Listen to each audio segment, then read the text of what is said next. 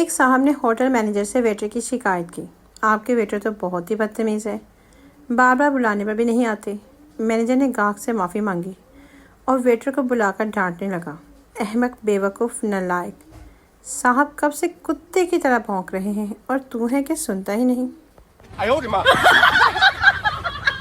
ایک شخص کو چڑیا گھر میں نوکری مل گئی اور نوکری یہ تھی کہ وہ مقرر وقت پر چیتے کی کھال پہن کر چیتے کے پنجرے میں بیٹھ جائے۔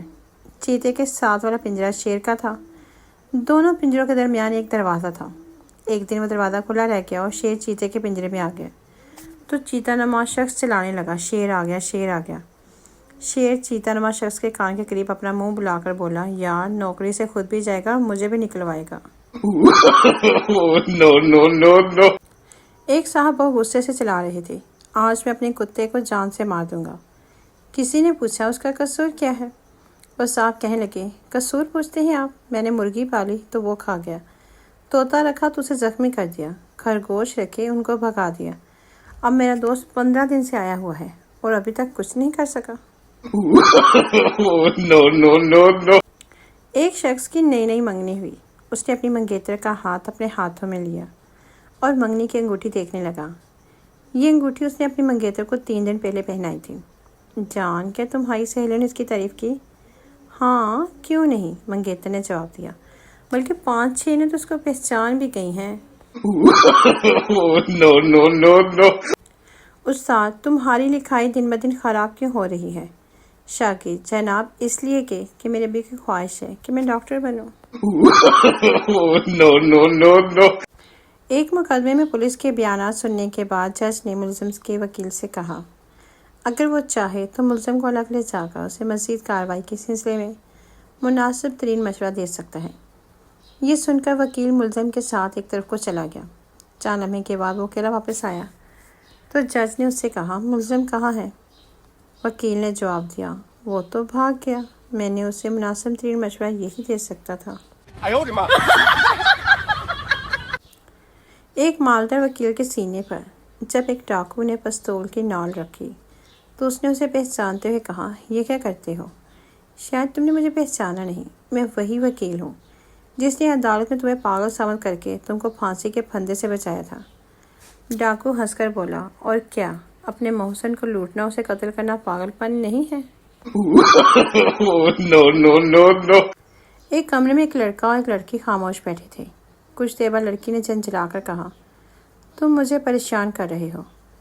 لڑکے نے گھبرا کر جواب دیا، لیکن محترمہ، میں تو آپ کی طرف دیکھ بھی نہیں رہا ہوں۔ لڑکی نے کہا، ہاں یہی تو پریشانی کی بات ہے۔ ایک محتاط لڑکی نے بلاخر اپنے چاہنے والے کی دعوت قبول کر لی اور اس کے ساتھ کار میں سیر کے لیے چلی گئی۔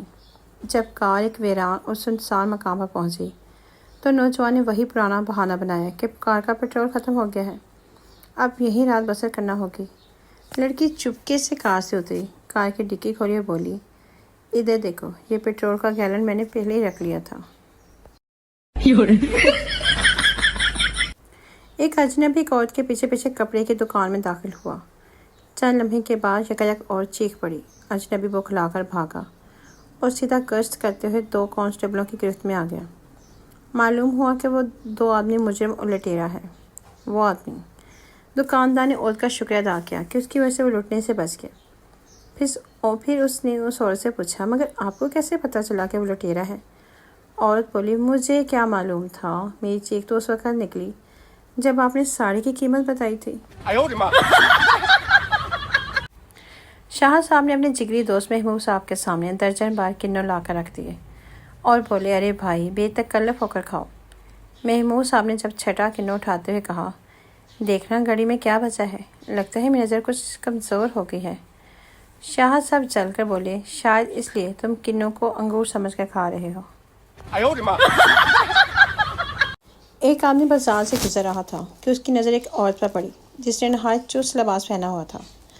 عورت کی قمیض پر بہت سے ہوائی جہاز بنے ہوئے تھے۔ پہلے تو عورت خاموش رہی، لیکن جب اس سے نہ رہا گیا تو تنگ آ کر بولی، کیا تم نے کبھی ہوائی جہاز نہیں دیکھے؟ آدمی بولا، جہاز تو دیکھے ہیں مگر جہازوں کا اڈا نہیں دیکھا۔